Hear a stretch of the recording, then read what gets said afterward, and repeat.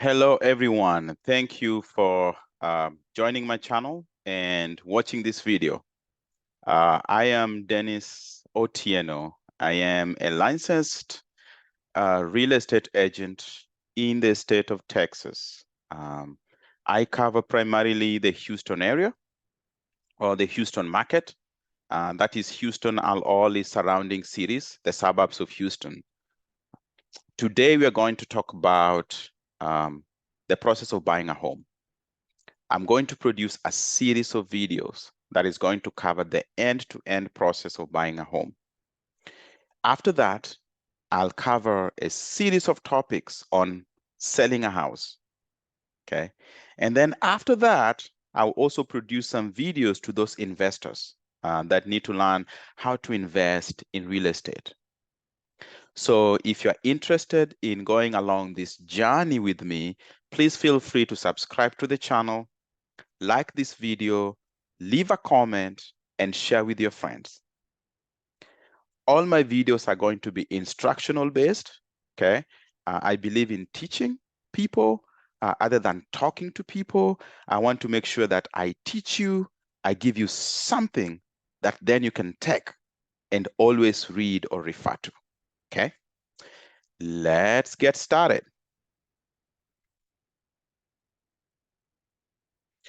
All right, so we are going to cover a series of topics when it comes to buying a home. We are going to go through the process of buying a home. First of all, what do you need to do and what should you not do when you're planning to buy a home, okay? What do you need to consider when picking a realtor? It is very important that you get a good realtor. Very, very important, okay? What is the loan process? How do you apply for loan? What are the different types of loan? How do you compare loan offers? How do you pick the right loan for you? Okay. How do you find the right home for you? Making an offer on a home, inspections, due diligence, negotiations. We are going to go through the underwriting process of a loan. Insurance. We are going to talk about homestead, escrow. All these things are going to come in play when you're buying a house, okay? So the first step towards buying a home is preparing your paperwork. We are going to talk about the do's and don'ts, what you should do, what you should not do. We are going to talk about how you should prepare your paperwork if you are employed, if you are self-employed, if you're a gig worker, if you're a business owner, or if you're an investor. What do you need to apply for a mortgage and get approved? So let's start. The do's and don'ts of buying a home. First of all, you do need to know why you're buying a home. Because for some people, actually, renting is better than buying. Depending on your situation, renting could be much better for you than buying. Okay. Make a list of your must-haves. What do you need? What in your new home? Okay. Is it going to be a 3-bedroom home? Do you want it to be close to your work? Do you want a new house? Brand new. Okay. Do you like a used house? Do you want a fixer-upper? Where do you want the home to be? Do you have children? Do you want to consider school districts? Or do you want to consider a particular school because your child is a gifted child and you want to stay close so you are zoned to that school? What area of town do you want to live in? So always do your research on where you want to buy a home. There are things to consider. If you live in the Houston area, we have hurricanes, we have a lot of flooding. You may want to consider where you want to buy a home. If you are an independent contractor or you own a business, you need to watch your tax deductions because the bigger your deductions, the lower your income. You may make a lot of money, but if you deduct a lot of money too, then your income just became that much less. And the banks are going to consider those deductions. You need to get your paperwork ready. Your W-2s, your tax returns, your pay stubs, your bank statements. You need to have those ready. You need to get pre-approved, meaning you need to apply for a loan and get pre-approved. It is highly recommended that you apply to at least three different lenders, because they're all going to look at you differently. I always recommend to my client, apply to a credit union, apply to a regular bank, preferably the one that you're already banking with, and then apply to a mortgage broker. You know, there are so many online ones, the Quicken Loans, I think Zillow has something. There are so many online brokers out there. I always recommend at least applying to three different types of lenders: a bank, a credit union, and a mortgage broker. Very important, because they're all going to give you different offers. Also, pay your bills on time and pay all your debts on time. These are things you should do when you're getting ready to buy a house. What are the things you should not do? Let's go with going hunting for a house before you know what you can afford. When I first started real estate, I was always eager to please people, okay? So I would run around town and show all these houses because somebody liked a house. Oh, wow, let me go show you. Only to learn that they could not even be approved for that type of house or for that mortgage to cover that house. So I later on learned that this was not only disappointing to me, it was also disappointing to my client. So it's very important to apply, get pre-approved, and you go shopping knowing what you can afford. Do not apply for new credit or max out your credit. There is this thing called a debt to income ratio. We'll cover that in detail in one of the other videos. But the debt to income ratio basically shows how much do you owe versus how much do you make. They're going to subtract what your payments are from what you make to determine how much money you have left over to pay your mortgage. So it's very, very important. Do not get new credit when you're planning to buy a home. Do not make any major purchases. What is a major purchase? Cars, furniture, big screen TVs.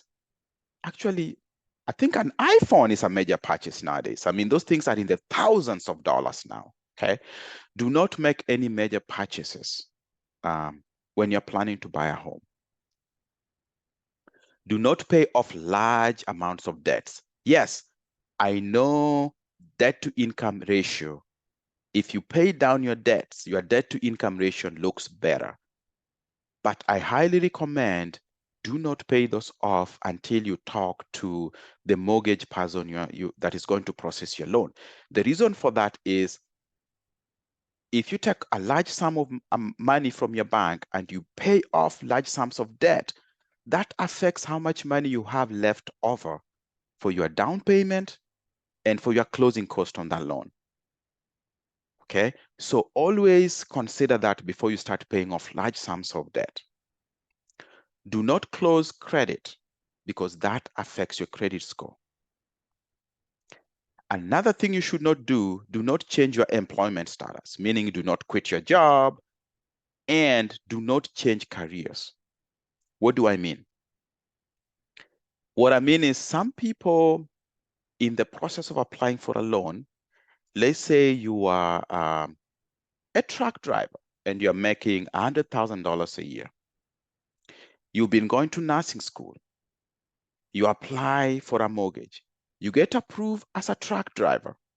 Then all of a sudden you get your nursing license and you become a nurse. Well, that affects your income. Yes, You may be earning more on your new job, but because it's a completely different career, the banks will see that as a risk.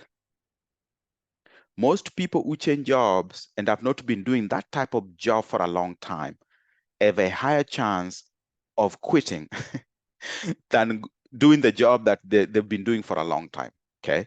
So the banks may see that as a risk.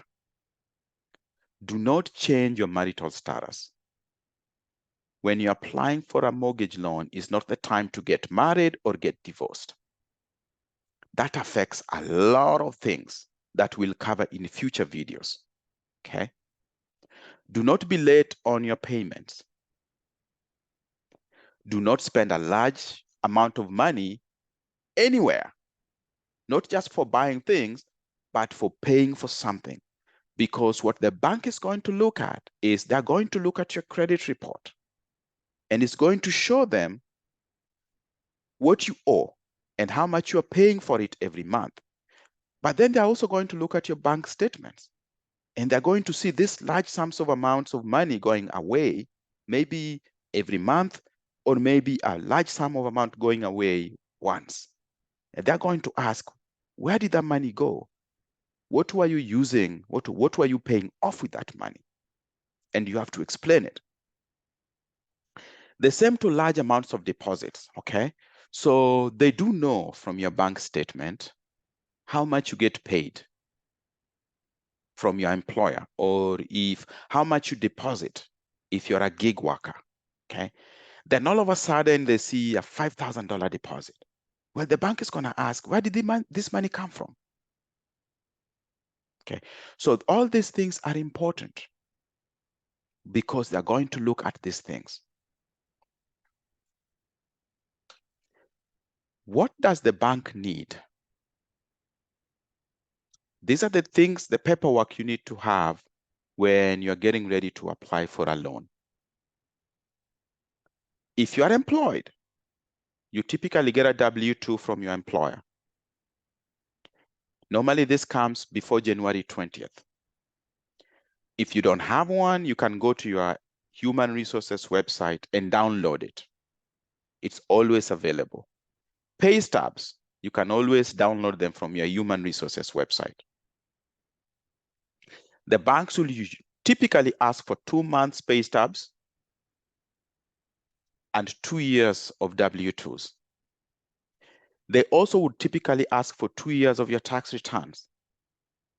Some banks may decide they only need the W-2s.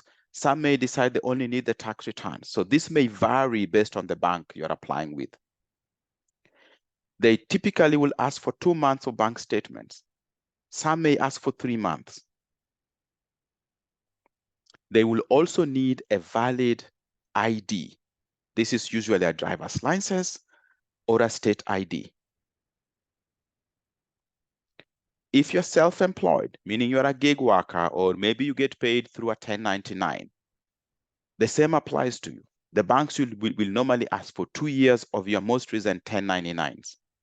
They will ask for 2 years of tax returns, very common. They'll ask for your bank statements because that shows them your spending pattern, your cash flow, what is coming in, what is going out. They will ask for a valid ID. A valid ID means an ID that has not expired. So a driver's license, a state ID that has not expired. What if you're a business owner? Well, the banks will, the first thing they want to know is what percentage of the business do you own? Usually this is going to be in your certificate of formation. This is going to be in your business license or any agreements if it's a partnership. It's going to show them what percentage do you owe. They look for your recent tax returns for the business. They will ask for a profit and loss statement for the business. They'll ask for business bank statements from you and a balance sheet sometimes, depending on the bank, because the balance sheet shows them the business assets versus the business liabilities. And for you, they will need a valid ID, typically a state ID or a driver's license. What about if you're an investor? Well, same applies. They're looking for proof of income. And this could be income generated from the investment property that you're trying to buy, or your own personal income to service the loan. They look for proof of assets. If it's a large loan, they may ask for collateral. Do you have enough collateral? In case you don't pay for the loan, do you have enough collateral to cover that loan? Okay. They also ask for tax returns if you're an investor. They look for bank statements to look at cash flow. And they will ask you for a valid ID. So the valid ID applies to everybody, meaning an ID that has not expired. Proof of income applies to everybody. Okay. Bank statements are going to be needed to show cash flow, how much money comes in, goes out.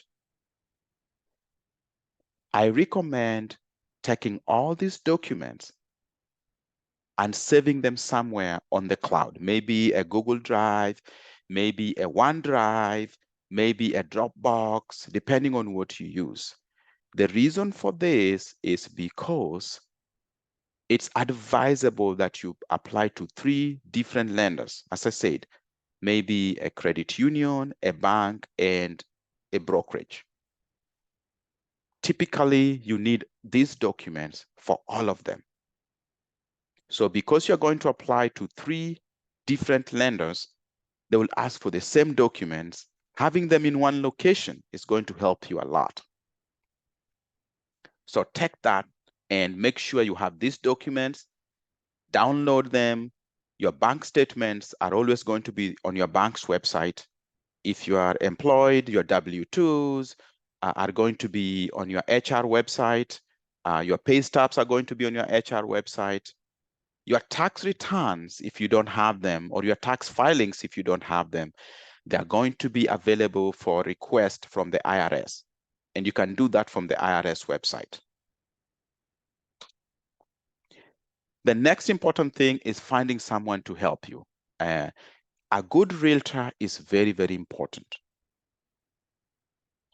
What should you consider when hiring a realtor? Well, first and most important to me is having the realtor with the heart of a teacher.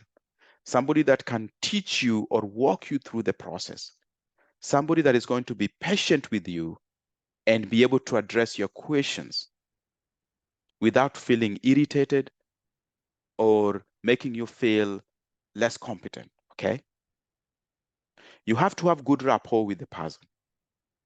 You have to make sure that they know the local market that you're trying to buy in. Don't go hiring a realtor in one part of the state to represent you on a different part of the state because they don't know that local market, okay? You have to hire a realtor that respects you and your needs and your wishes. Somebody that is going to serve you, somebody that is going to keep your information secret. What you tell them stays with you, okay? Make sure that what you tell them is not being spread. They're not going to tell that to your friends. They're not going to tell that to your parents, your siblings, because they need to keep whatever you tell them, your secrets, with them. Make sure you get a realtor that knows some mathematics, because if you apply to 3 different loans, your realtor should be able to tell you, based on your situation, this loan is better long-term or short-term for you. So they have to be able to help you compare the different loans you get so that you pick the best loan for you. Interview at least 3 realtors. It's going to help you in the long term. Now, remember, in Texas, most real estate agents are paid by the seller. I repeat, in Texas, in most cases, most real estate agents, their commission are going to be paid by the seller. You usually don't have to pay your real estate agent. Now, there are some situations where you may have to pay a realtor, but those are unique situations. They're not common, but they're there. Where do you get a good realtor? Well, you can get him online. Look at your local magazine. Ask your bank to give you a recommendation. Zillow, Redfin, all these websites have real estate agents.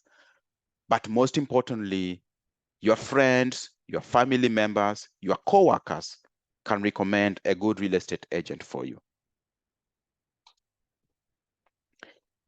Applying for a mortgage loan. This is the next topic, and this topic will be covered on the next video.